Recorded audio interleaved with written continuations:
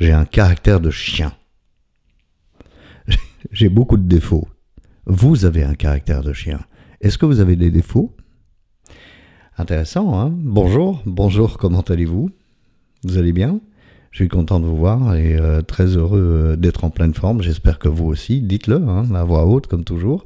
Ça nous aide, les uns et les autres, de communiquer notre état du moment, être dans le moment présent, être bienveillant, on va parler des coachs et on va parler surtout de quelque chose de très important que j'ai appris, qui est l'inventaire personnel, l'inventaire moral personnel. Avant ça, on parle de Facebook.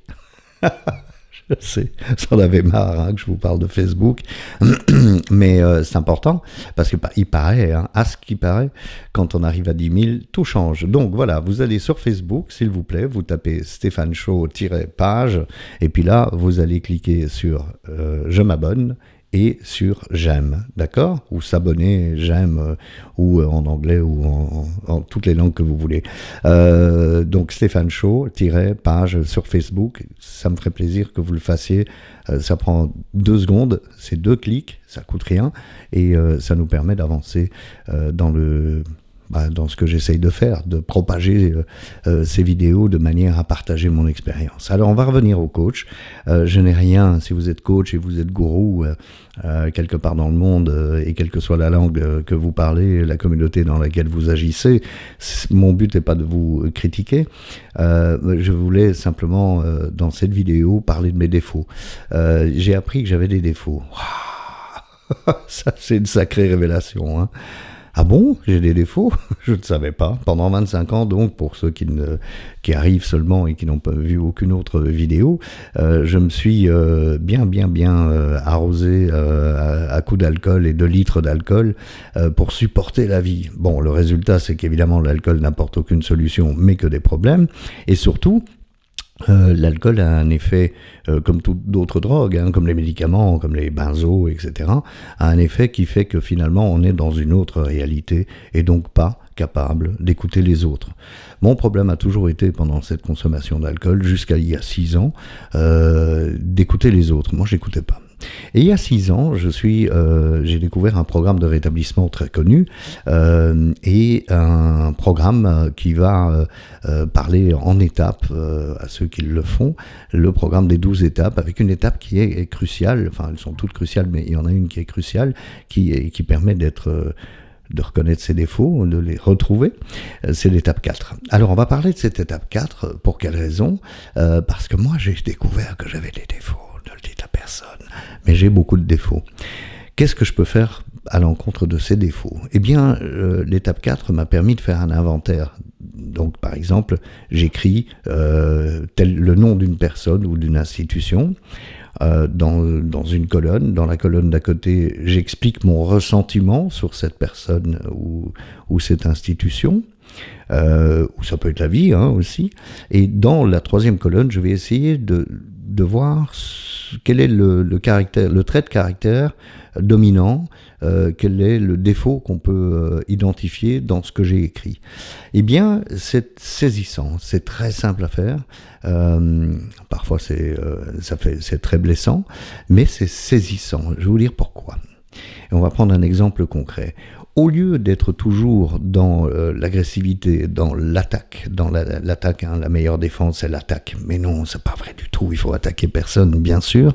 Au lieu d'être dans cette manière d'être, ça m'a permis d'ouvrir mon esprit à plein de choses autour de moi.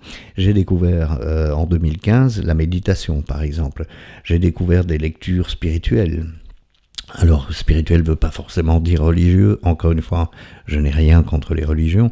Simplement, je ne suis pas religieux, mais c'est important d'ouvrir son esprit à d'autres choses pour apaiser justement cet esprit. Alors revenons aux coachs. Les coachs vont beaucoup nous apprendre à le lâcher prise, à être dans le moment présent. Bon, moi j'ai découvert j'ai un gourou, un professeur à distance qui est une sainteté du bouddhisme tibétain et avec sa communauté, j'ai appris la méditation. Et dans cette méditation, il y a notamment une méditation qu'on appelle la méditation de l'amour bienveillant et de la compassion. Et vous dites à un moment, puissent tous les êtres être libérés de la souffrance et des causes de la souffrance. Alors ça paraît un programme absolument invraisemblable. Comment est-ce possible que moi, je puisse libérer tous les êtres? C'est pas possible.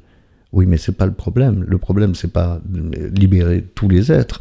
Le problème, c'est de dire, j'ouvre mon esprit à la possibilité que mon action puisse devenir positive. Dans le mouvement de rétablissement, par exemple, c'était en anglais, donc il y a une phrase qu'on me répétait beaucoup, fake it till you make it. Ce qui veut dire, fais semblant jusqu'à ce que tu y crois. Et effectivement, quand on pratique tout ça, on arrive à des situations où, quand mes défauts, et je les ai toujours, mes défauts, ils ont pas disparu, mais quand mes défauts apparaissent tout d'un coup, je les vois. Je vois, c'est un peu comme si, je te vois arriver, le petit défaut là. Je vais pas te laisser reprendre le pouvoir que tu avais sur moi il y a 6 ans. Voilà. Alors je dis pas que je ne m'énerve jamais, au contraire, ça continue ça peut continuer. Ces défauts sont toujours là, on va pas les éliminer. Mais parfois, le fait de les reconnaître fait qu'ils repartent en vacances quelque part, ils ne sont plus dans ma tête.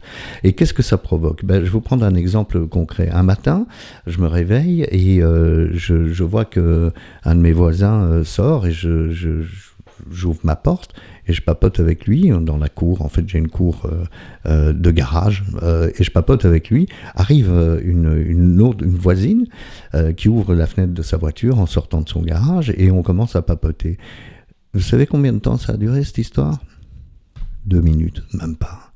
Et en redescendant dans mon appartement de la cour de garage, je me suis senti heureux, comme une sorte de plénitude. Pourquoi je vous raconte ça? Parce que je comprends qu'il y ait des coachs qui prêchent le lâcher-prise et le moment présent, etc. Moi, ce que je prêche, c'est rien du tout. Je vous explique ce qui m'est arrivé il y a 6 ans. On m'a dit « fake it till you make it », fais semblant, tu vas finir par y croire. On m'a dit « étudie tes défauts ». Et tu vas voir, tu vas parvenir à les voir venir et donc à les amenuiser, leur puissance, à réduire l'effet qu'ils peuvent avoir sur ta vie quotidienne. J'y ai cru, j'ai continué à le faire et aujourd'hui ça fonctionne toujours. Donc voilà, j'avais envie de partager avec vous ce principe de changer d'esprit. Encore une fois, c'est changer d'esprit, c'est retourner son esprit dans l'autre sens au lieu de le fermer. Ce que j'ai fait toute ma vie, en tous les cas pendant la consommation, ça c'est certain, je l'ai ouvert, je l'ouvre aux autres, et en ouvrant mon esprit à d'autres personnes, je deviens cette personne beaucoup plus calme, beaucoup plus, en quête de bonheur, mais en quête de bonheur partagé. C'est-à-dire que je commence à penser aux autres. C'est dingue, pour quelqu'un qui a été d'un égoïsme tout à fait dingue. On se retrouve dans la situation inverse. C'est se réjouir quand une autre personne... J'en ai un autre exemple il m'est arrivé avec ce même copain. Un jour, je vois qu'il a une splendide voiture. Alors, je ne vous dirai pas laquelle, ça n'a pas beaucoup d'importance, mais une voiture incroyable. Pour la première fois de ma vie, je me suis aperçu que j'étais rempli de joie pour lui. Alors, ça fait un peu, peace and love, mais c'est ça. C'est vraiment la même, les hippies, vous savez, ça fait longtemps qu'on parle d'amour bienveillant et de compassion. J'étais rempli de bonheur pour lui, de pouvoir conduire cette splendide voiture. Et après, il m'a dit, écoute, c'est pas la mienne, c'est un pote qui me l'a prêté. Voilà, comme quoi. Mais il y a quelques années, avant de faire cet inventaire de mes défauts, de mon caractère de chien, et de voir venir cette plénitude doucement, parce que mes défauts sont moins puissants, j'aurais immédiatement vu la voiture et dire, salaud, il a une belle voiture. Donc voilà, j'avais envie de vous raconter ça. C'est un truc qui me tient à cœur parce que, vous savez, parfois je reçois des messages où je rencontre des gens qui me disent mais comment vous faites? Mais je ne sais pas comment je fais. Ce que je sais, c'est que j'ai retiré de tout ce qu'on m'a appris et j'apprends avec vous, hein, par vos messages, vos témoignages. J'apprends encore et toujours et on apprend tout le temps, comme disait Gabin, hein, c'est aussi très très bateau, mais c'est vrai que maintenant je sais que je ne sais rien. Eh bien, voilà, je ne fais rien de particulier. Ce qui est certain, et ça je peux le partager avec vous dans chaque vidéo, c'est qu'à un moment, il y a eu un petit déclic qui a fait que j'ai compris que continuer à me saouler ou à me droguer ou à prendre des médicaments ou à prendre quoi que ce soit pour changer mon état naturel n'allait pas m'aider à aller mieux, que c'est le contraire, qu'il fallait que je ne fasse rien de tout ça, c'est-à-dire prendre des produits, mais plutôt me concentrer sur mes défauts, sur mon caractère, sur voir les choses positives qui m'arrivent dans la vie. Vous vous rendez compte, je parle à la radio, ça fait depuis que je suis petit que j'aime la musique et que je suis disc-jockey amateur, puis disc-jockey professionnel, et puis on dit DJ maintenant, je sais, c'est un peu ringard, et puis j'ai découvert la radio avec les radios libres dans mon pays, dans ma ville, et je suis toujours en train de faire de la radio. C'est pas plutôt chouette de regarder ce côté que la vie m'a apporté de bien, plutôt que de penser à ce que je n'ai pas. En fait, c'est toujours ça, hein, le problème, c'est ça irait mieux si. Eh bien non, ça, ce sont mes défauts qui reviennent à plein pot, hein, et qui reviennent avec une puissance terrible. Il faut que je ne les laisse plus jamais prendre le pas sur moi. Il faut que je continue à être extrêmement conscient que j'ai des défauts et que c'est pas grave, tout le monde en a, mais que je ne peux pas laisser ces défauts prendre le pas sur moi. Voilà, c'est ce que j'avais envie de partager avec vous. Message, il n'y a pas des messages subliminaux non plus, hein, dans mes vidéos, c'est juste partager ce qui m'est arrivé, et je le dis haut et fort encore aujourd'hui, je vais beaucoup mieux sans cocaïne, sans alcool, sans pilule, sans produits ingérés pour changer mon état d'esprit. Mon état d'esprit va très bien dès que je l'ouvre, cet esprit, aux pensées des autres, dès que je l'ouvre à ce côté peace and love qu'on a tous en nous. Vous savez, les catholiques où Jésus disait « aimez-vous les uns les autres », finalement, quand on s'aime les uns les autres, comme cette petite rencontre de 2 minutes entre 3 voisins, eh bien, la journée démarre beaucoup mieux. Donc voilà, c'est un peu bobo, c'est un peu tout ce que vous voulez, mais c'est une réalité et on peut le faire soi-même. Voilà, merci. Et je vous souhaite une très très bonne semaine et j'espère vous retrouver la semaine prochaine.